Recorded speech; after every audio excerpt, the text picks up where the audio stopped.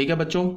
अब जैसे हमने पुट किया, put x is equal to, हमने पुट किया 4 पुट किया तो हमें क्या मिल गया, एक्स स्क्वायर माइनस 9 का वैल्यू क्या मिला, 4 स्क्वायर माइनस 9, ये क्या हो गया 16 माइनस 9, ये क्या हो गया 7, ये क्या है 7 इज ग्रेटर देन 0, ये तो ट्रू मिल गया। तो यहाँ से हमें क्या पता चला, x is equal to 4 is the solution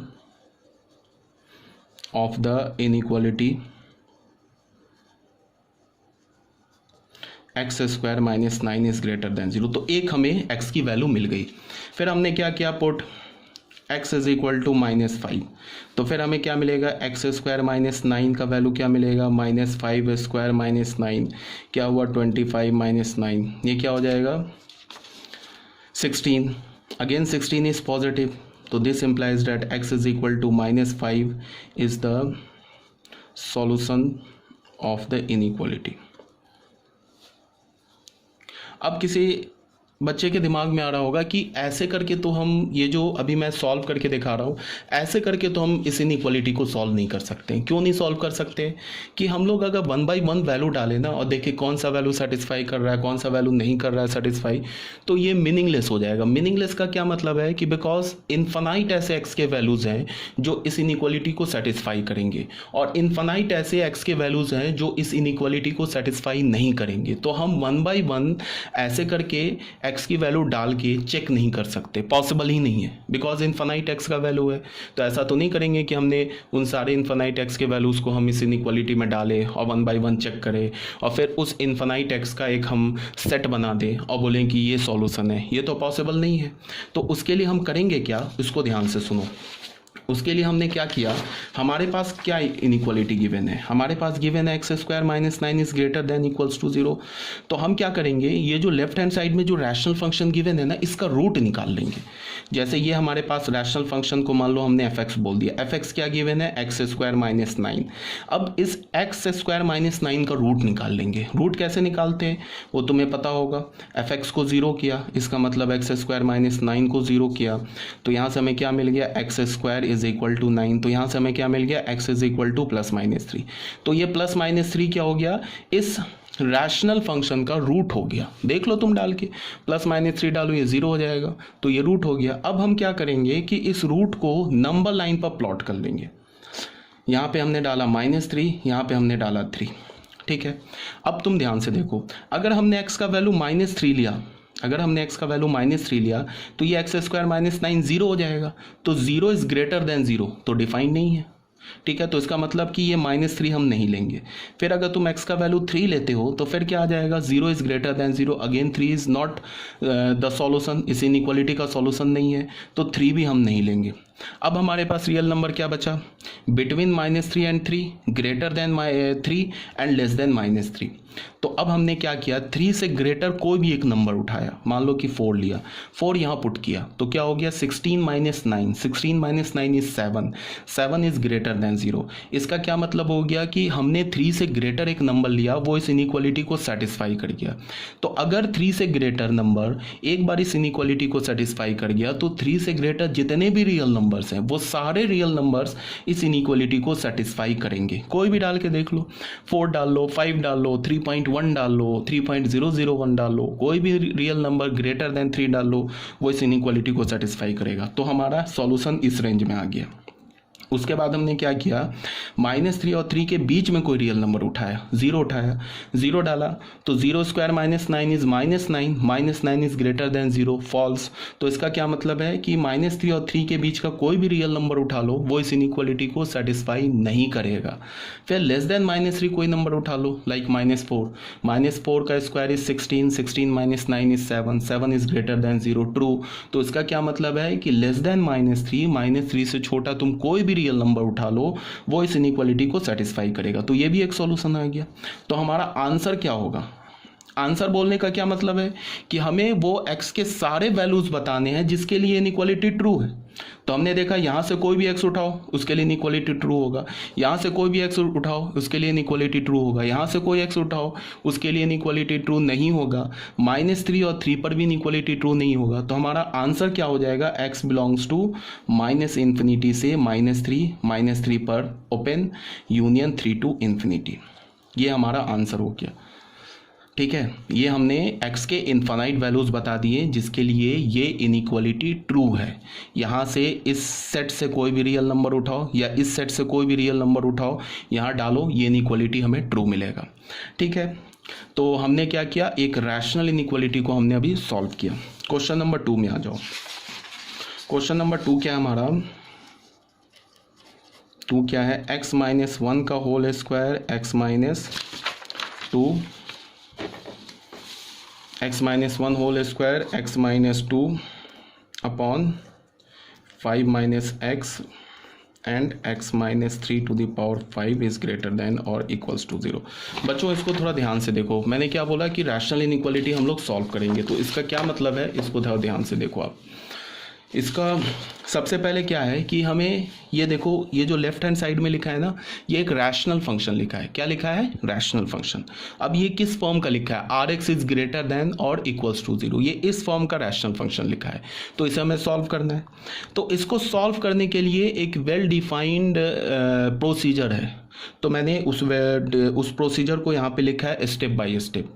इसे तुम्हें फॉलो करना है, एक बार सुन लो ये स्टेप्स में क्या बोला जा रहा है, बट हम जब सॉल्व करेंगे तो हमारा आंसर 1 से 2 लाइन में ही आएगा, 1 से 2 लाइन में ही हम आंसर कर सकते हैं, बट एक बार सुन लो क्या बोला जा रहा है। ये सबसे पहले क्या, फिर से एक बार बोल रहा हूँ, ये रैशनल इनइक्वालिटी है। अब इसे सॉल्व करने का क्या मतलब है, हमें उन x के सारे वैल्यूज़ को बताने हैं जिसके लिए ये इनइक्वालिटी ट्रू है। जैसे हमने x का वैल्यू 2 डाला, 2 डालने पर यहाँ पे कुछ कैलकुलेट करोगे तो कोई रियल नंबर आ जाएगा। अगर वो रियल नंबर लेस देन 0 आ गया तो ये फिर इनइक्वालिटी फॉल्स हो जाएगा, मतलब ये होल्ड नहीं करेगा। तो x इज इक्वल टू 2 को हम क्या करेंगे, रिजेक्ट कर देंगे। मान लो हमने x इज इक्वल टू 5 उठाया, डाला, यहाँ पे 5 डालेंगे तो लेफ्ट हैंड साइड में एक रियल नंबर आ जाएगा। अगर वो रियल नंबर या तो पॉजिटिव हुआ या तो 0 के इक्वल हुआ तो ये फिर क्या इनइक्वालिटी होल्ड कर जाएगा, तो x इज इक्वल टू 5 हमारा आंसर हो जाएगा। तो ऐसे करके हमें वो x के सारे वैल्यूज बता दें, तो इसके लिए क्या है, वेल डिफाइंड स्टेप्स है, उस स्टेप्स को मैं बता रहा हूं। स्टेप नंबर 1 में क्या बोला जा रहा है, right the terms in inequality in a standard form that is x plus minus a. जितने भी लेफ्ट हैंड साइड में ये इनइक्वालिटी है ना, ये रैशनल फंक्शन, इसको स्टैंडर्ड फॉर्म में लिखो। स्टैंडर्ड फॉर्म क्या होता है, पहले x होगा, उसके बाद प्लस माइनस में नंबर होगा, पहले x होगा और x का जो कॉफिशिएंट होगा वो 1 होगा। ठीक है, देखो x प्लस माइनस ए, ये इसका स्टैंडर्ड फॉर्म है। स्टैंडर्ड फॉर्म में क्या है, पहले x है, देखो ये स्टैंडर्ड फॉर्म है। स्टैंडर्ड फॉर्म में क्या है, पहले x है, x का कॉफिशिएंट 1 है, उसके बाद प्लस माइनस ए है। तो अब देखते हैं, ये वाला जो टर्म लिखा है ना बच्चों, ये तो स्टैंडर्ड फॉर्म में है, ये भी स्टैंडर्ड फॉर्म में है, ये भी स्टैंडर्ड फॉर्म, बट ये स्टैंडर्ड फॉर्म में नहीं है। ये तो क्या है, x का कॉफिशिएंट तो माइनस है, अब पहले x नहीं है, पहले तो नंबर है, फिर x है। तो इसका मतलब क्या है कि एक ये ऐसा टर्म है जिसको हमें स्टैंडर्ड फॉर्म में लिखना पड़ेगा। ठीक है, तो आ जाओ। तो हमने क्या किया कि हमारे पास क्या लिखा हुआ है, x minus 1 whole square into x minus 2 upon 5 minus x into x minus 3 to the power 5 is greater than equals to 0। तो हमने क्या किया, ये वाला जो फैक्टर है ना, लीनियर फैक्टर, इससे एक माइनस कॉमन ले लिया। तो माइनस कॉमन ले लेंगे तो x माइनस 5 आ जाएगा, एक माइनस बाहर आ जाएगा, ये ग्रेटर देन इक्वल्स टू 0 है। अब तुम देख लो, न्यूमरेटर में 2 फैक्टर है, दोनों स्टैंडर्ड फॉर्म में है, डिनोमिनेटर में भी 2 फैक्टर है, दोनों स्टैंडर्ड फॉर्म में। तो यहाँ से माइनस मैंने कॉमन लिया, तो ये जो अब जो टर्म बचा ना, ये सारे टर्म्स स्टैंडर्ड फॉर्म में आ गए। ठीक है, उसके बाद मैंने क्या किया, इस माइनस को मैंने राइट हैंड साइड भेज दिया। तो माइनस को राइट हैंड साइड भेजने का क्या मतलब होगा कि हमने दोनों साइड माइनस से मल्टीप्लाई कर दिया। फिर मैंने बताया कि इनइक्वालिटी में अगर तुम माइनस से मल्टीप्लाई करो या माइनस से डिवाइड करो तो इनइक्वालिटी रिवर्स हो जाती है। तो जब हमने माइनस से मल्टीप्लाई किया तो इनइक्वालिटी रिवर्स हो गई। अब सुनो क्या है, तुम इस इनइक्वालिटी को सॉल्व करो चाहे इस इनइक्वालिटी को सॉल्व करो, दोनों एक ही बात है। इस इनइक्वालिटी को सॉल्व करो चाहे इस इनइक्वालिटी को सॉल्व करो, एक ही बात है, बिकॉज ये इनइक्वालिटी और ये इनइक्वालिटी तो एक ही बात लिखा हुआ, बस डिफरेंट फॉर्म में है तो एक ही चीज़ ना। तो इसका मतलब क्या है कि हम लोग इस इनइक्वालिटी को अब सॉल्व करेंगे। करना हमें कौन सा इनइक्वालिटी है सॉल्व, हमें इस इनइक्वालिटी को सॉल्व करना है। ठीक है, बट हम लोग करेंगे इस इनइक्वालिटी को सॉल्व बिकॉज ये स्टैंडर्ड फॉर्म में है। ये इनइक्वालिटी और ये इनइक्वालिटी एक ही बात लिखा हुआ है, बस फॉर्म अलग अलग है। ठीक है, तो ये था हमारा स्टेप 1। स्टेप 1 में हमने क्या बोला कि right the rational function in standard form. Standard form का क्या मतलब है कि x जितने भी उसमें लीनियर फैक्टर है ना, उसमें क्या करो, x प्लस माइनस a के फॉर्मेट में लिखो। ठीक है, अगर पहले नंबर है और x का कोफिशिएंट -1 है या कोई और कांस्टेंट है, तो पहले करो क्या कि पहले x को लिखो और x के कोफिशिएंट को 1 बना दो। ठीक है, जब स्टैंडर्ड फॉर्म में आ जाए तब आ जाते हैं हम लोग स्टेप नंबर 2 में। स्टेप नंबर 2 क्या बोल रहा है, plot all the roots corresponding to each linear term on number line in sequence. इसका क्या मतलब है, जरा तुम सुनो ध्यान से। इस रैशनल फंक्शन में कितने लीनियर रूट्स हैं, 4 लीनियर फैक्टर्स हैं, नॉट रूट, 4 लीनियर फैक्टर है। पहला लीनियर फैक्टर क्या है, x-1, ये दूसरा लीनियर फैक्टर क्या है, x-2, तीसरा लीनियर फैक्टर क्या है, x-5, चौथा लीनियर फैक्टर क्या है, x-3।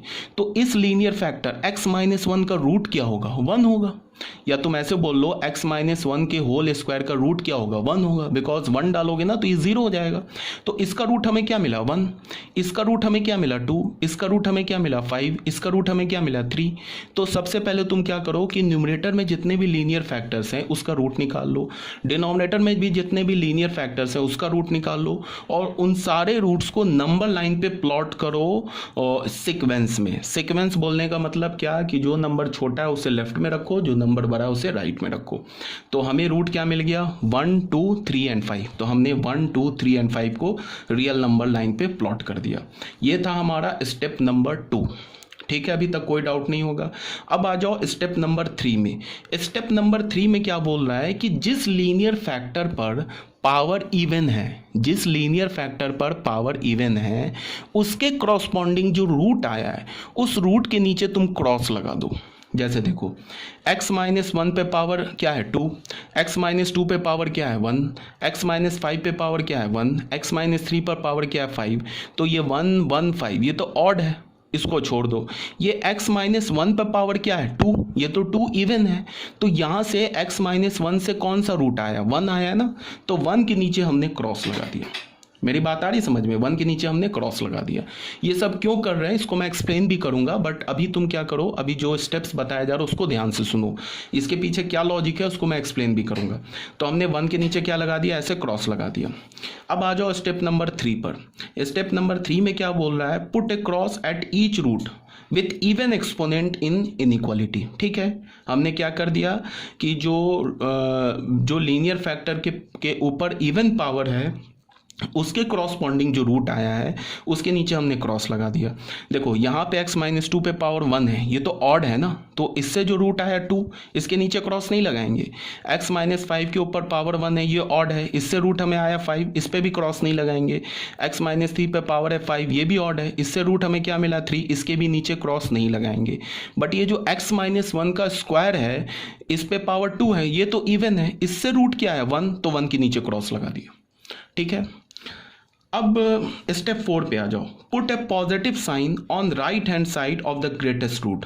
ग्रेटेस्ट रूट क्या है, 5, इस 5 के राइट हैंड साइड पे पॉजिटिव साइन लगा दो। ठीक है, यहाँ पे क्या बोल रहा है, put a positive sign on right hand side of the greatest root. जो हमारा ग्रेटेस्ट रूट है उसके राइट हैंड साइड पे पॉजिटिव साइन लगा दो। ठीक है, तो ये हमारा स्टेप 4 हो गया।